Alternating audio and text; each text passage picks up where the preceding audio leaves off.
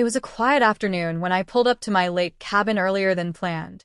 The drive had been long, but the thought of a few days of peace and fresh air kept me going.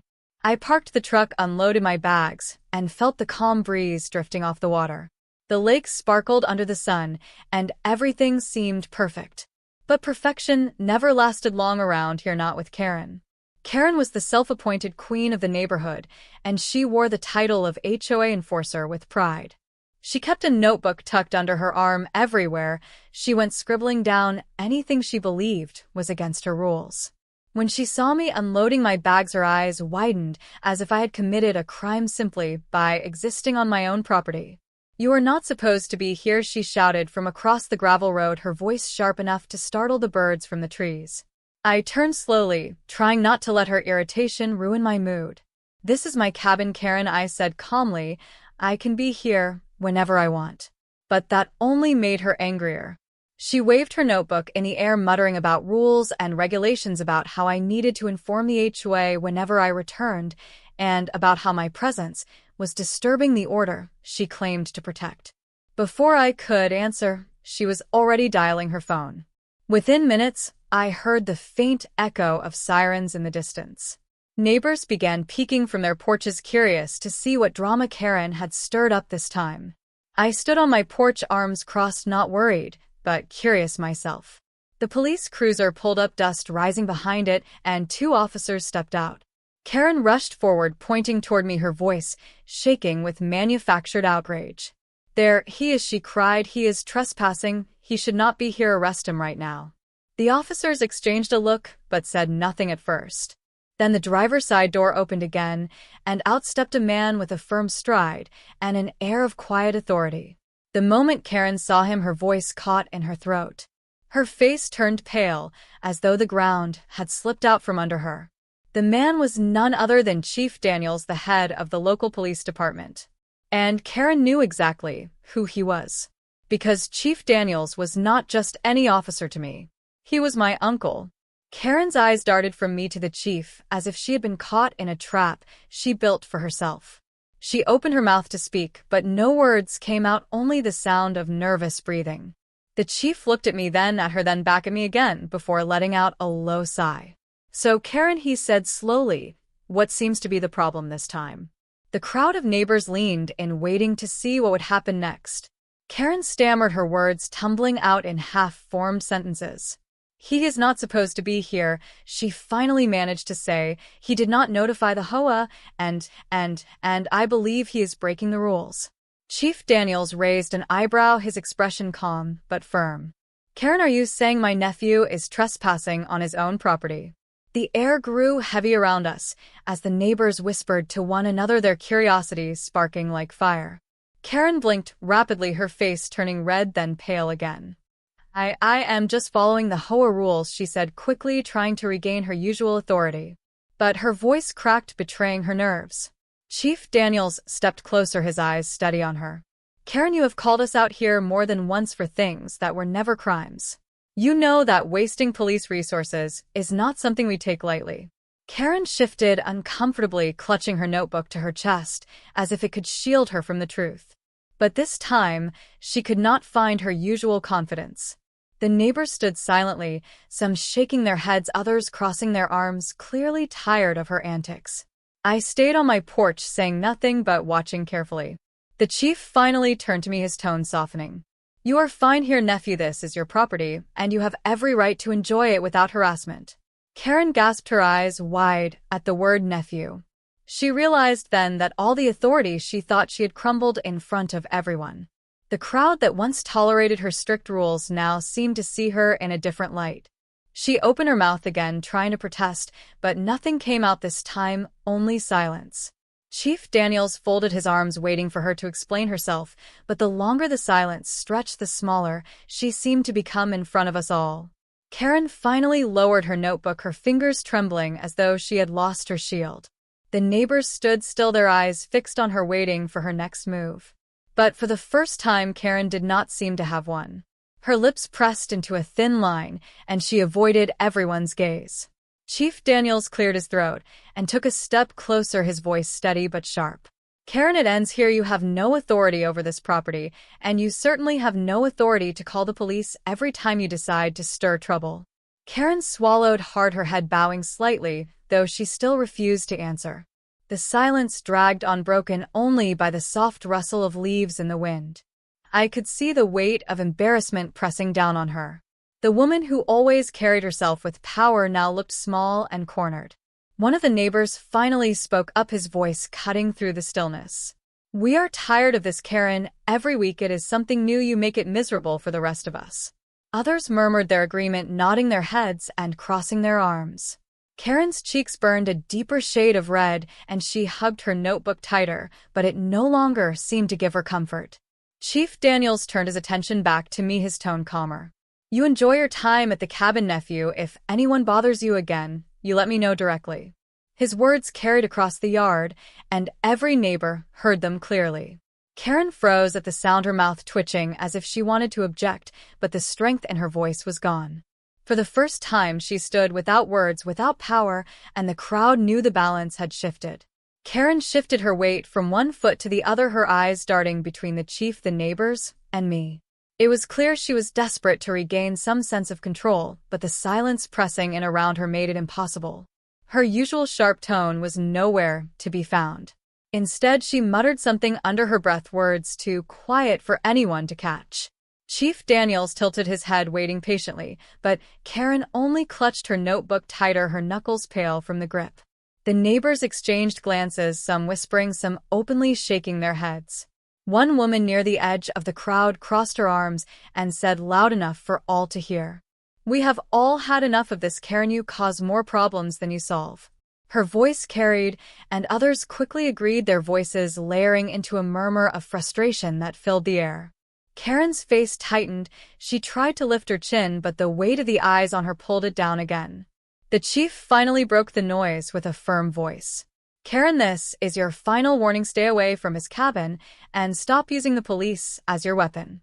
The crowd fell silent again, waiting to see if Karen would push back, but instead she shifted her gaze to the ground, unable to meet anyone's eyes.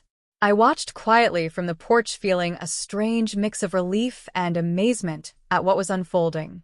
Karen, the woman who had ruled the neighborhood with fear and rules, was standing in front of us, all stripped of her power. It was a sight none of us had ever expected. To see Karen stood stiffly, her arms still wrapped around her notebook, as though it were the last thing keeping her upright. The neighbors no longer looked afraid of her. They looked relieved, like a heavy curtain had finally been pulled back and light was spilling through.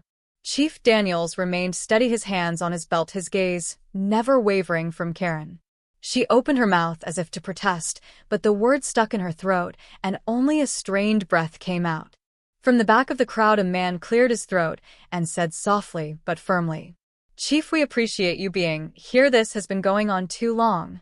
Others nodded, some even stepped closer toward me in a quiet show of support. For the first time since I bought the cabin, I did not feel like an outsider. I felt the neighbors finally saw me not as someone Karen painted me to be, but as a rightful part of the community. Karen must have felt it too, because her expression shifted to something I had never seen on her face before: uncertainty. The grip on her notebook loosened, her shoulders slumped just slightly. Chief Daniels took a step closer, lowering his voice, but every word carried weight. "Karen, you are done intimidating this neighborhood. You are done with your games. It is time you understood the rules apply to you too."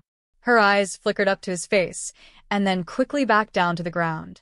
No one spoke after that. The silence pressed heavy, but it was not the same silence of fear. It was the silence of change settling in.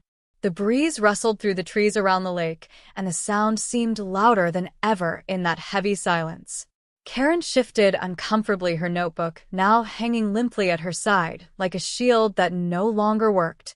The neighbors stayed rooted in place, their eyes fixed on her, waiting to see what she would do next. For years she had controlled them with threats of fines and calls to the authorities, but now her power was unraveling right in front of everyone. Chief Daniels kept his stance calm, yet firm, his presence enough to keep the tension in check. Karen finally whispered something, but it was so faint no one caught it. She tried again, her voice trembling this time. "I was only doing what I thought was right." The words sounded hollow even to her ears. A neighbor stepped forward, shaking his head. "We all know that is not true, Karen. You enjoy making our lives miserable, and we are tired of it." A low murmur of agreement rippled through the crowd, and Karen winced, as if each voice were striking against her. For a moment she looked at me, her eyes sharp but quickly faltering when she realized I was no longer standing alone. I had the neighbors beside me and the chief behind me. The balance of power had shifted, and Karen knew it. She hugged her notebook to her chest one last time and stepped back, her face pale under the weight of the stares surrounding her. But even as she retreated, there was a flicker in her eyes, a spark that warned me she was not finished yet. Karen turned her gaze toward the lake, as if the calm water might somehow give her strength. The neighbors slowly began to disperse, some whispering to each other while others lingered just to make sure she would not try anything else. Chief Daniels stayed firm, his hand resting against his belt, but his eyes never leaving her. She shifted again, her voice sharp now, but still unsteady. "This is not over. You think you can embarrass me in front of everyone, but I will not forget this." Her words hung in the air, but they no longer carried the same weight as before. The neighbors who once flinched at her tone now only stared back, some shaking their heads, others turning away altogether. One woman near the front said quietly enough for Karen to hear, "We are done living in fear." Karen's jaw tightened, but she did not answer.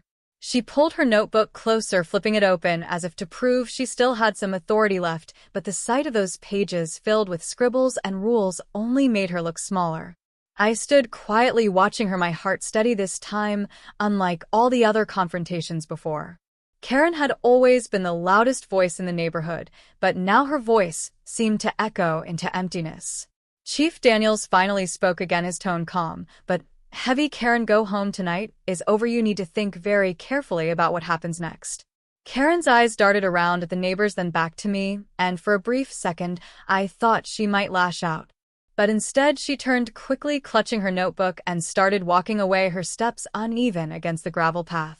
The crowd slowly relaxed, but no one turned their back on her until she disappeared around the bend of the lake. The night air grew still again as Karen vanished around the bend, leaving only the sound of the water lapping against the shore. Neighbors exchanged glances, some relieved, others still uneasy, as if waiting for her to suddenly reappear. Chief Daniels finally took a slow breath, his eyes scanning the group. He gave a small nod, as though to reassure everyone that for now the matter was settled. A few people approached me, offering quiet words of support, their voices carrying a warmth I had not felt in the neighborhood for a long time. One man patted my shoulder, saying, "We have all been waiting for this moment. We just never thought it would come like this." I nodded quietly, though my eyes kept drifting toward the direction Karen had gone. Deep down I knew she was not the type to retreat forever. Her pride would never let her accept what had just happened without some sort of response. The fire pit nearby crackled as neighbors gathered closer, talking in low tones about what had unfolded. For the first time in years, the conversation was not about fear of fines or Karen's constant watch, but about possibilities of peace and freedom from her control. Chief Daniels stayed a little longer, walking slowly along the edge of the group, his presence keeping the atmosphere calm. But even as laughter cautiously returned to the night, I felt an unease settle in the back of my mind. Karen had been silenced tonight, but I could almost sense her plotting in the shadows of the lake trail, waiting for her chance to strike again. The neighbors began drifting back to their cabins, their footsteps crunching softly against the gravel as the night grew darker. Lanterns flickered across the lake, casting long golden lines that rippled over the water like threads of light stretching between us. I stayed near the fire, its warmth steady against the cool breeze that swept off the shore, but my mind was restless. Karen's face lingered in my thoughts, the way her eyes darted, the way her grip tightened on that notebook, as though it was the last piece of power she had left. Chief Daniels walked over, standing quietly beside me for a moment before he finally spoke. "She will try again, she always does, but the difference now is that she no longer has the neighborhood on her side." His words should have been comforting, and in a way they were, yet I knew Karen's persistence was not something to underestimate. I looked at him and asked, "Do you think she will stop?" He shook his head slowly. "Not yet, but she is learning that her actions have consequences, and that makes her dangerous in a different way." The fire cracked and popped, sending sparks into the night sky, disappearing into the darkness like tiny fleeting stars. Behind us, the lake lay calm, reflecting the moon in broken patterns, but the stillness felt deceptive, like the calm before a storm. I could not shake the feeling that Karen was somewhere out there pacing her cabin, scribbling plans in that notebook and waiting for the perfect moment to return. The following morning, the lake was quiet, a mist clung to the water, and the trees stood tall like silent guards over the cabins. I walked down to the dock, coffee in hand, hoping the calm would wash away the weight of last night. But the sound of footsteps made me turn, and there stood Chief Daniels, his expression steady though his eyes told me he had news. He said Karen packed her things before dawn. She left the cabin without a word, and the board confirmed she has given up her position in the HOA. For a moment, I simply stood there staring at the ripples on the water, the realization settling slowly in my chest. The neighborhood that had been shadowed by her control was finally free. As the day went on, people emerged from their cabins with lighter steps. Children played along the shoreline, laughter carrying through the trees in a way I had not heard in years. That evening, neighbors gathered by the fire again, this time without fear. We shared stories, we shared food, and for the first time the place truly felt like a community. I looked across the flames and met the chief's eyes. He gave a small nod, and I understood it was over. Karen was gone, the lake was ours again, and peace had finally returned to the cabin by the shore.